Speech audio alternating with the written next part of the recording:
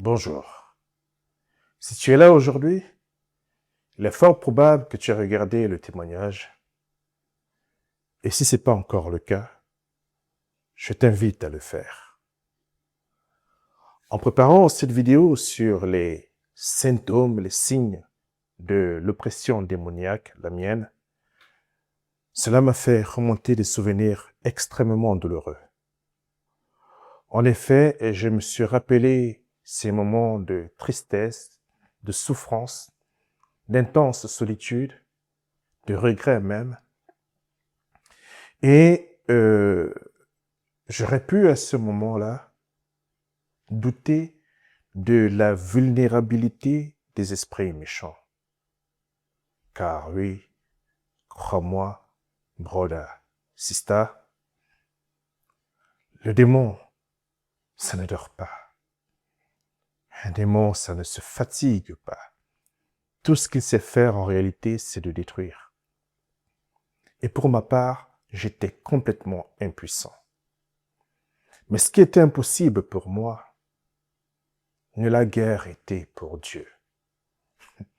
Le Dieu des impossibles. Et c'est pour ça que je tiens à lui rendre abondamment grâce. Lui qui m'a rendu capable de prendre part à l'héritage des saints dans la lumière. Lui qui m'a délivré de la puissance de cette ténèbre-là et m'a transporté dans le royaume du Fils de son amour, le Seigneur Jésus-Christ, en qui j'ai aujourd'hui la rédemption et la rémission de mes péchés. Il sera question dans cette vidéo que je vous parle des symptômes de ma maladie spirituelle. Il sera question que je vous parle des signes de l'oppression maléfique. Depuis cette nuit d'où cette femme, que j'appellerai John Doe, m'a envoûté par multiples incantations, jusqu'à cet autre jour, plusieurs mois après, d'où, par la vertu du Saint-Esprit, j'ai remporté ma première bataille dans un moment de prière.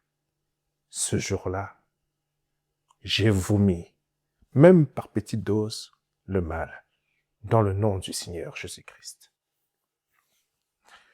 J'aimerais que tu gardes à l'esprit que, quand je te parle de moi, il s'agit de ma personne dans son entièreté, c'est-à-dire esprit, âme et corps, car ce sont là les parties qui ont été éprouvées.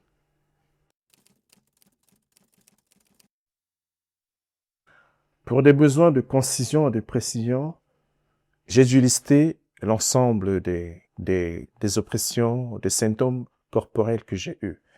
Je pense qu'il y en a beaucoup plus, mais l'essentiel est là. Et le nombre de symptômes m'a presque ahuri. Le premier d'entre eux, qui a été quasiment une constance, c'est la zone digestive. C'est-à-dire que autant j'ai ressenti quelque chose entrer en moi, autant je peux vous dire avec certitude que cet esprit impur s'est niché dans le ventre. Et ça a entraîné de profonds troubles digestifs.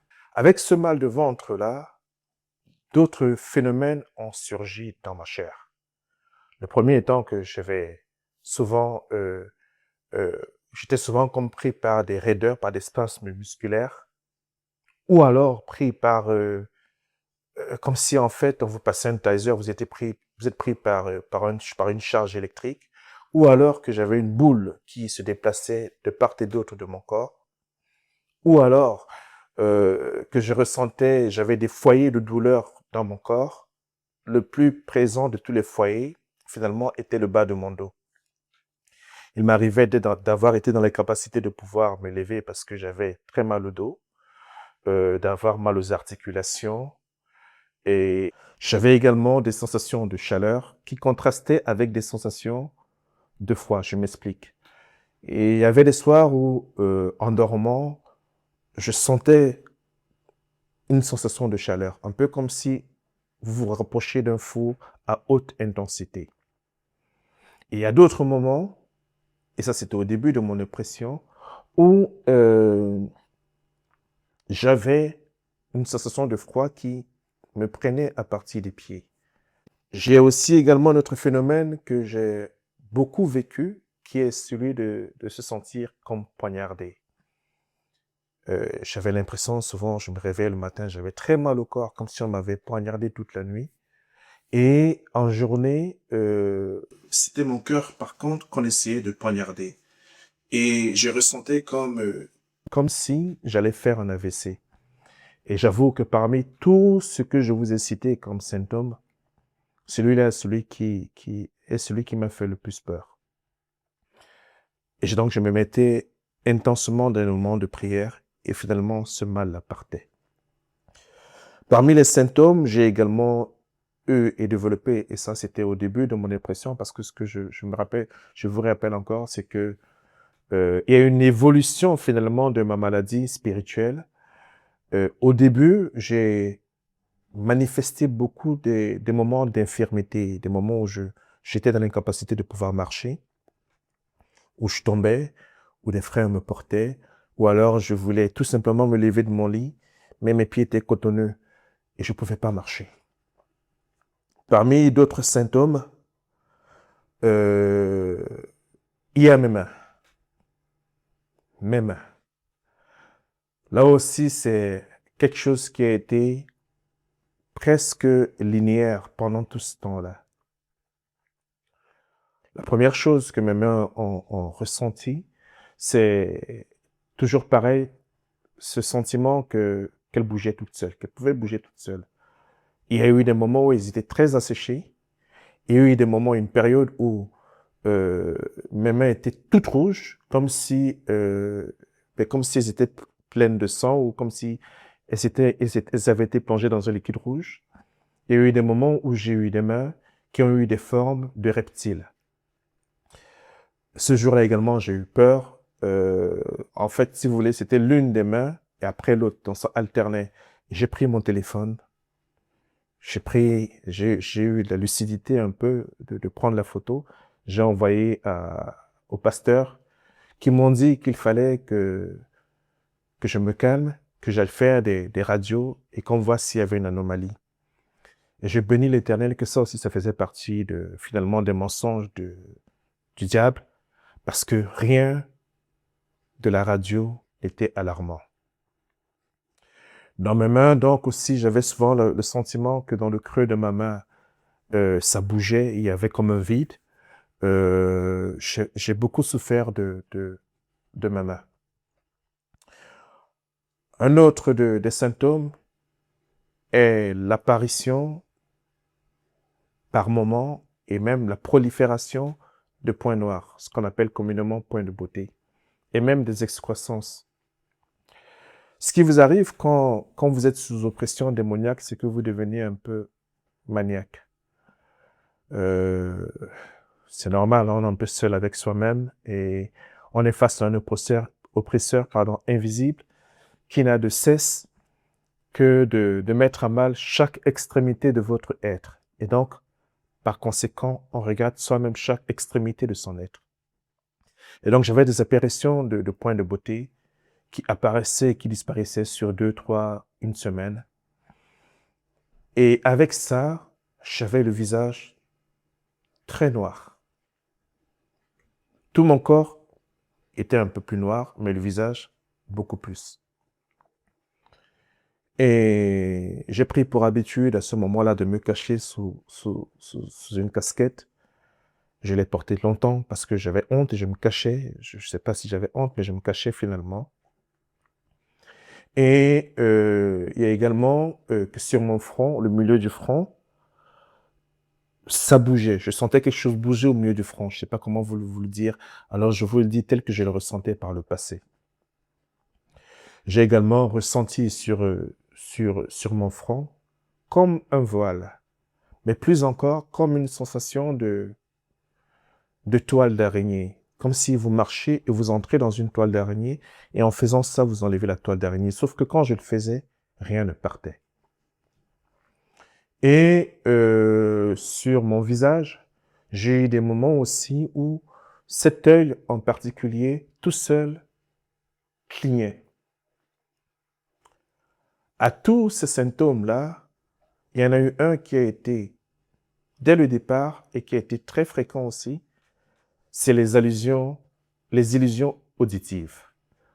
Au lendemain de l'envoûtement, j'ai ressenti dans mon nuit, dans ma capacité de pouvoir entendre, comme si vous cherchiez une fréquence radio, ce petit bruit que vous entendez. Et il y a une mutation de ce bruit qui allait comme des bourdonnements, comme si c'était un chant de grillon, jusqu'à ce que ce soit comme des sifflements de serpents. Aux symptômes corporels se greffaient presque systématiquement les attaques psychologiques, mais aussi émotionnelles. Sur le plan psychologique, le véritable champ, le véritable domaine d'action pour moi a été celui des rêves. Je tiens à préciser que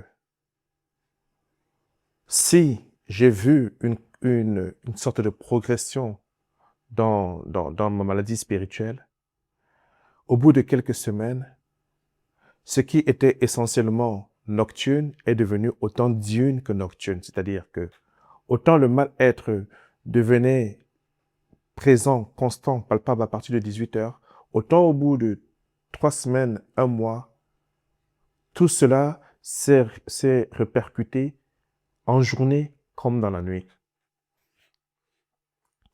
Et une fois que la nuit tombait donc, je commençais à stresser. J'étais pris de panique, d'angoisse. J'avais peur. J'avais peur. J'avais peur du noir, j'avais peur de rester seul avec moi-même, j'avais peur de dormir. Parce que quand je dormais, la seconde d'après, je fermais l'œil. J'étais pris d'assaut dans mes rêves. Je me suis retrouvé en plein rêve, en train d'être pourchassé par des créatures, pourchassé par des chiens, pourchassé par des personnes que je ne connaissais pas. Je me suis retrouvé en plein rêve, en train de voler, de tomber sans fin. Je me suis retrouvé en plein rêve, en train d'avoir des rapports intimes avec une personne polymorphe, c'est-à-dire un visage de plusieurs femmes, puis avoir des rapports avec des créatures et me retrouver en journée, le matin éveillé, souillé. Ça veut dire que j'ai commencé à expérimenter des couches de nuit, ce qu'on appelle communément succube ou incube, pour ceux qui en ont entendu parler. Je me suis retrouvé en plein rêve dans des cages, dans des prisons, dans des endroits lugubres, complètement dénudé, avec des chaînes aux pieds. Et quand je me réveille le matin, j'ai au niveau des attaches de mes pieds des marques de chaînes. Ça a été très flippant pour moi. Mais la recrudescence de tous ces phénomènes m'a fait comprendre qu'une seule personne ne pouvait pas subir autant de maux. Et c'est comme ça que j'ai commencé à décrédibiliser les actions de l'ennemi pour mettre toute ma confiance en l'œuvre de l'Éternel. Je me suis retrouvé dans les rêves en train de manger, en train de festoyer, en train de me retrouver au milieu de personnes. Je pensais que c'était de la fête. Mais quand je regarde un peu de plus près, je me rends compte que c'est un caractère sacrificiel, que c'était des rites. Et ce qu'on mangeait, le matin quand je me réveillais, j'avais le ventre ballonné avec cette sensation-là d'avoir vraiment mangé.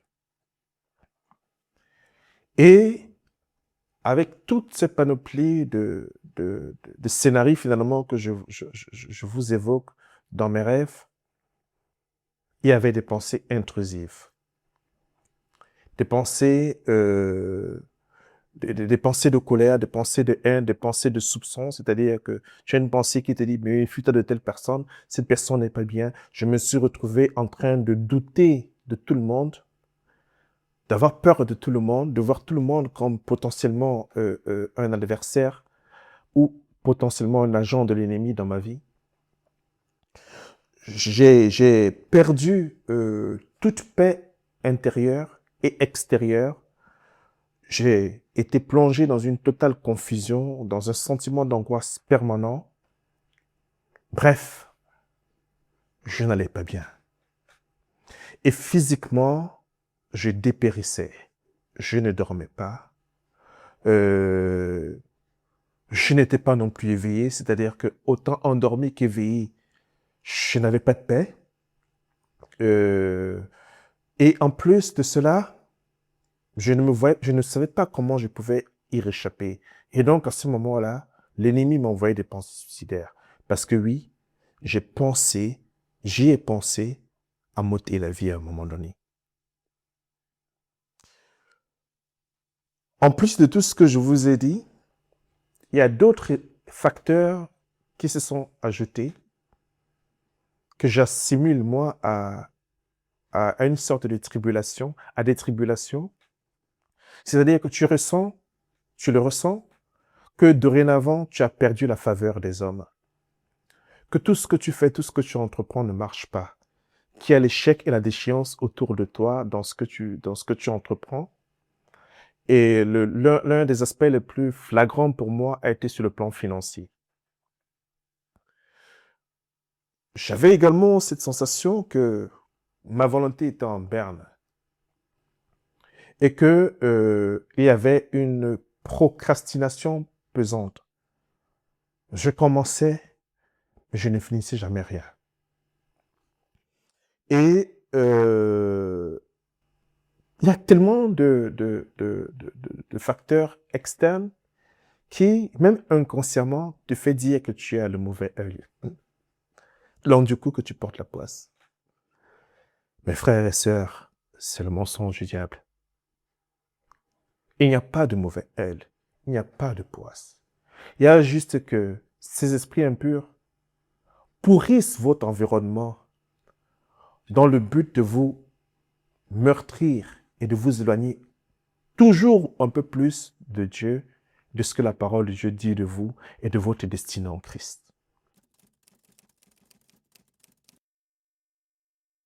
Permettez-moi de parler de quelques phénomènes paranormaux, on va dire deux, que je peux interpréter aujourd'hui comme étant les moyens pour l'ennemi de vous maintenir dans cette espèce de bulle où voilà, tout est sombre, tout est noir, tout est ténèbres.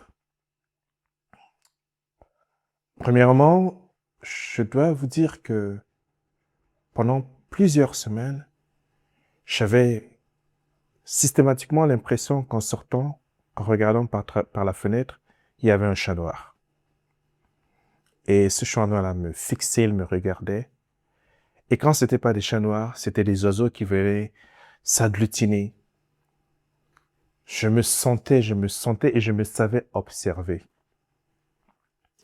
Et ce phénomène allait de pair avec un autre qui est que une fois j'étais au téléphone avec quelqu'un et j'étais en train de dire à la personne ce que j'étais en train de vivre.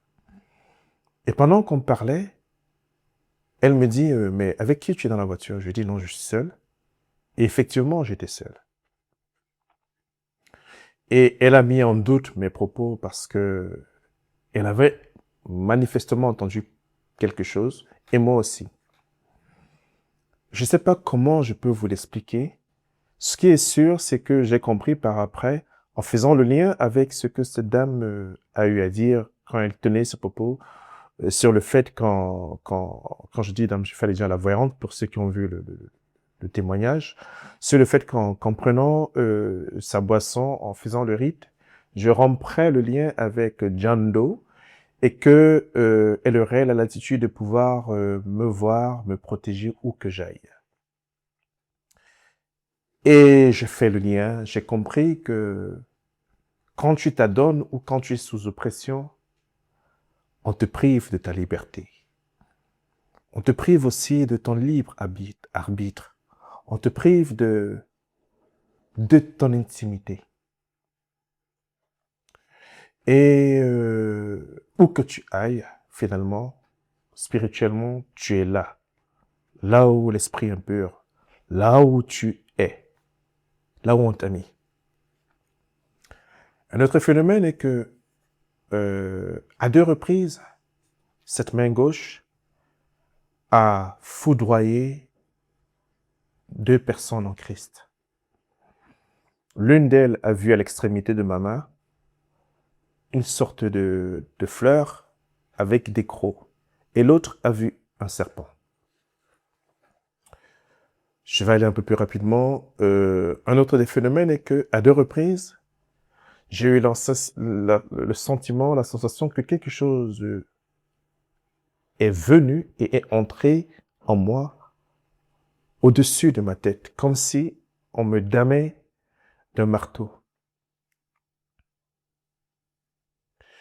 Mais qu'est-ce que je vais vous dire à part que le Seigneur est merveilleux?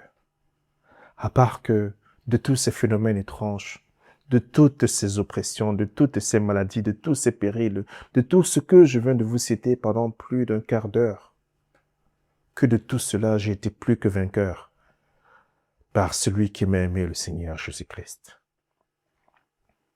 Et s'il m'a aimé moi, pour que je puisse en réchapper, il t'aime toi aussi, et tu en réchapperas.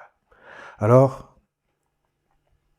quel que soit le lieu où tu te retrouves, quel que soit finalement le poids de tes oppressions, rien n'est impossible en Christ. Parce que ce que je peux vous dire, au final, c'est que tout cela, je le vois aujourd'hui comme un acharnement, comme du harcèlement, comme le seul moyen de pression que l'ennemi a finalement pour nous empêcher de regarder autre part que là où il voudrait que toute notre attention soit concentrée, c'est-à-dire sur lui. Il voudrait détourner notre regard de là où se trouve la lumière, de là où se trouve la vérité, pour essentiellement regarder lui et ses oppressions. Mais je dirais, par la maigre expérience qui est la mienne, que on est ce en quoi on croit. Si tu crois en toutes ces œuvres, toutes ces manœuvres démoniaques, tu finiras par être aspiré par les ténèbres. Mais si tu crois fermement que tout ce que tu vois là n'est que leurre, n'est que illusion, et que la vérité est en Christ, eh bien, tu vivras. Voilà ce que je tenais à partager avec vous aujourd'hui. Soyez bénis.